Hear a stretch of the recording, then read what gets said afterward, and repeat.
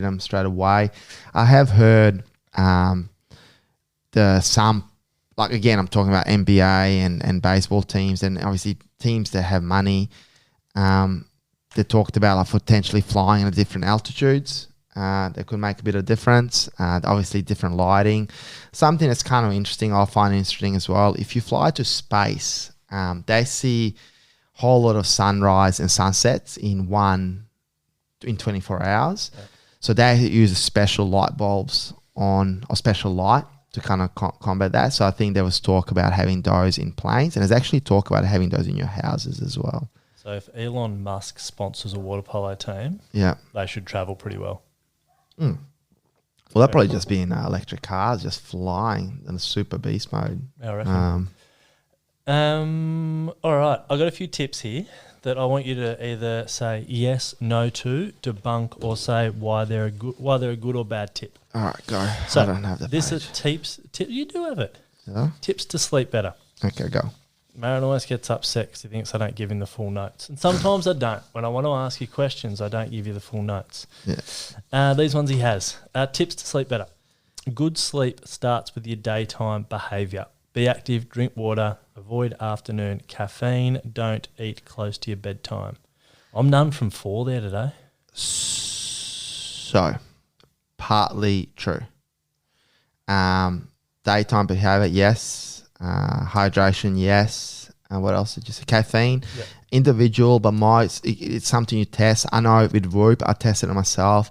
If I drink coffee post 2 o'clock, I'm definitely messes up my sleep. Okay. I think you're like pretty good. Are you pretty caffeine tolerated? Yeah, I can have a macchiato after dinner. I can still sleep. So again, it's individual. Some people are really sensitive to caffeine. Some people have more in the morning and they're gone. So that's individual. Now, food one before bed. Again, individual. However, there's a nerve that's kind of popular at the moment in health and wellness, a valgus nerve. Valgus nerve is, I think, one of the biggest nerves in our body, and it's more or less responsible for heart variability or like for functions in our body that we don't think about doing. So e.g. heartbeat, blinking. Breathing and stuff like that. There is a school of thought that, or some people having carbohydrates before they go to bed, it activates the nerve or calms the nerve down and they sleep better.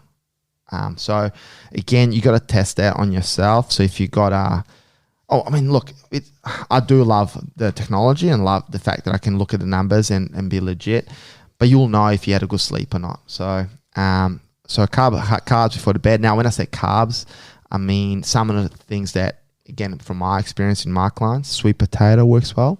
If you are a low carb type of athlete, spoonful of good honey, which has got other benefits as well, can help some people sleep. But again, you got to test that yourself. Generally eating too close to your bedtime is not going to be ideal.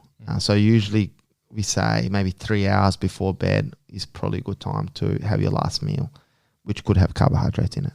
Okay. Next one, lock in your pre-bed routine. So a bit of yoga, a bit of meditation, maybe some music, hot bath or shower because it facilitates your body temperature dropping. So wear socks to bed, blue light blocking glasses, and reading or journaling or listening to this podcast. I reckon people will fall asleep listening to this pod. That's the idea, Again, similar answer before, mostly true. Depends on the individual. Let's go one at a time because I forgot. Yeah, so basically just lock in a pre-bed routine. So pre-bed, that's right. So routine. So circadian rhythm is essentially our body clock, 24-hour body clock that tells us when we go to bed, when we wake up, when we need to do a poo, when we do the wee. And what I find is interesting, how a body works that out is through a body temperature. So when a body temperature changes, it sends different signals to our body to switch on different things. Now, I can't remember off the top of my head if your temperature drops when you're in your deepest sleep or when you wake up. We got to double check those. I know I lost my train of thought.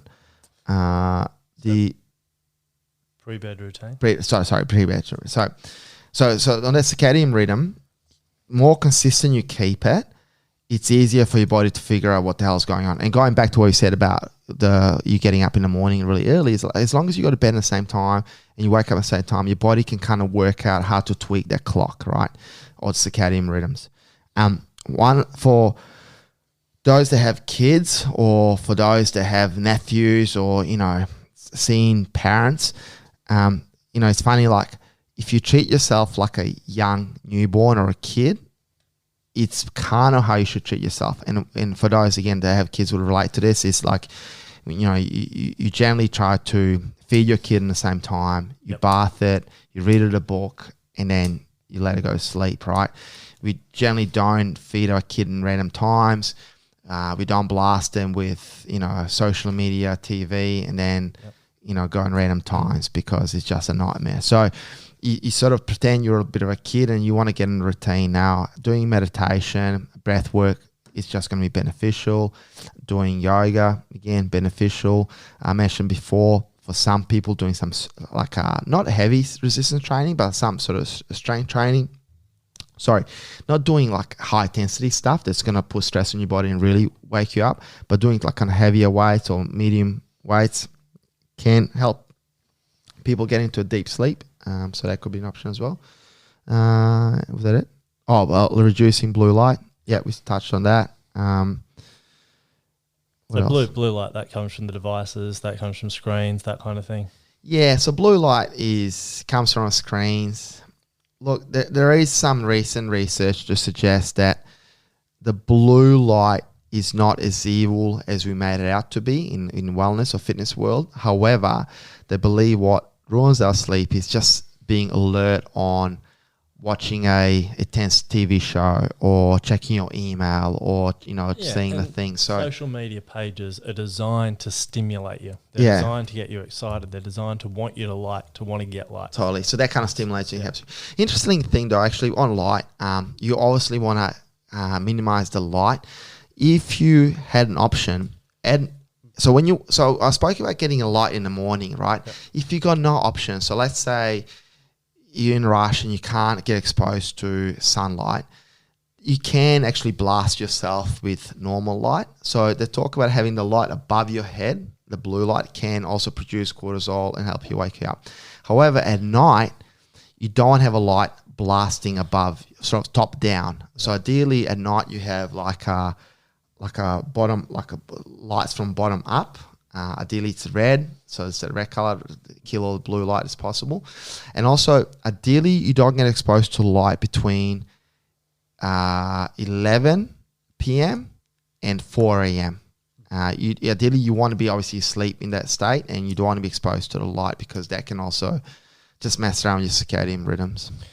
Last one on pre-bed routine, horizontal tango, good or bad for sleep? I think, look, I wouldn't know. So if I'm being mature for 1 second, for guys, I think it's pretty good, because we produce, and I forget the name of the hormone that we produce when we offload, where for females, it wakes them up. So it's so I'm sure the guys that listen to this pod, they can, and girls that listen to this pod, the guys just want to go to sleep and girls just want to get chatty post tango. So, but look, if you can get it, just what did I say? Every shot you don't take is one you miss, or whatever. Wayne Gretzky, something. Was he talking about that, or was he talking about hockey? Don't know, but I'm getting into the next point. Okay. Create the perfect environment to sleep in. So the tips I got here are: get comfy. Yeah. Total darkness. Cool temperature. You should sleep in about 20 degrees. Yep. No noise. Yeah, so bed hygiene is something that's really important. So your bedroom should be basically only there for sleep, and obviously some maybe a bit of rumpy-humpy. So things that are no-nos, definitely don't have TV. Ideally, you don't have your phone in